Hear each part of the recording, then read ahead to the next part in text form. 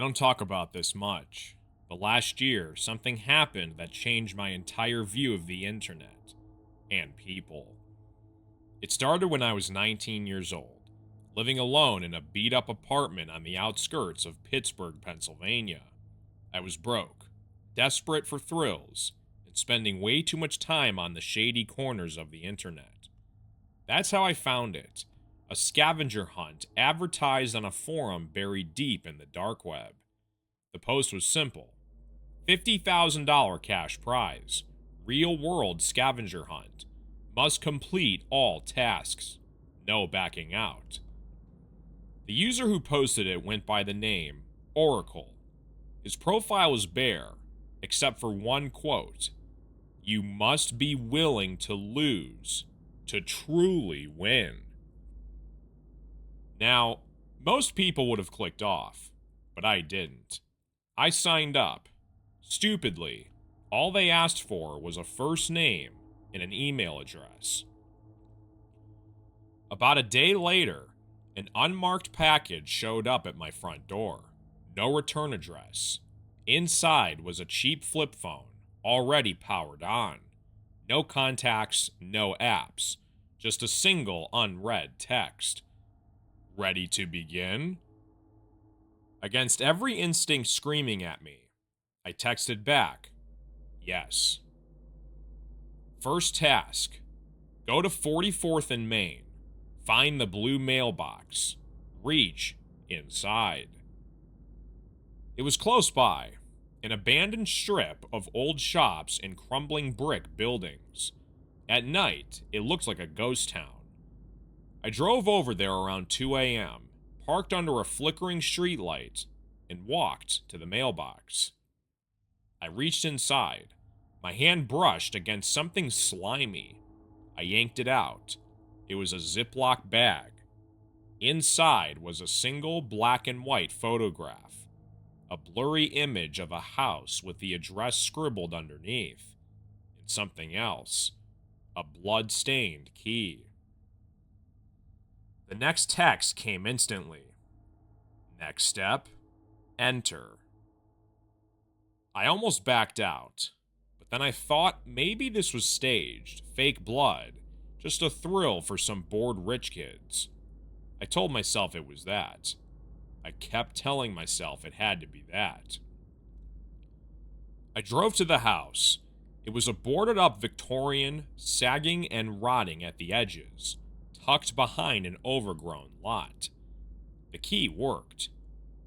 The door groaned open into darkness that smelled like wet earth and something metallic. Inside, my flip phone buzzed again. Basement.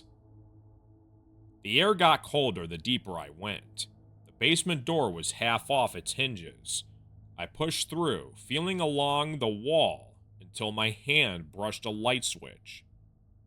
The bulb sputtered, then stayed on. What I saw next still burns into my brain. The walls were lined with Polaroids, hundreds of them. People tied up, people blindfolded, terrified, and in the center of the room was a chair.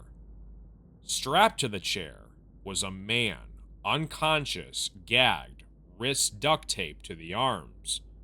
He was breathing, but barely. The next text buzzed. Finish the job. $50,000 is yours if you complete the task. That's when it hit me. This wasn't a game. It was a recruitment. They wanted to find out who would follow through, who could be manipulated into doing the unthinkable. My heart was hammering so hard it hurt. I ran. I sprinted out of that house so fast I almost ate the concrete. I jumped into my car, peeled away, and tossed that cursed phone into the river. I wanted to forget it ever happened, but the guilt ate me alive.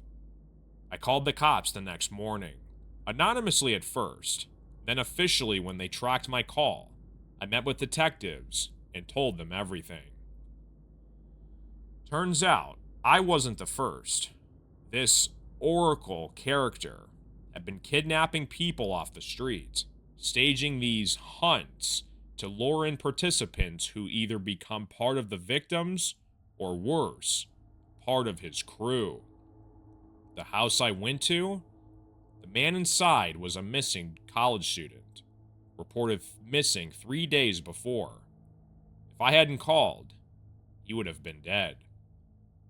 Police raided several properties linked to the IP addresses connected to Oracle.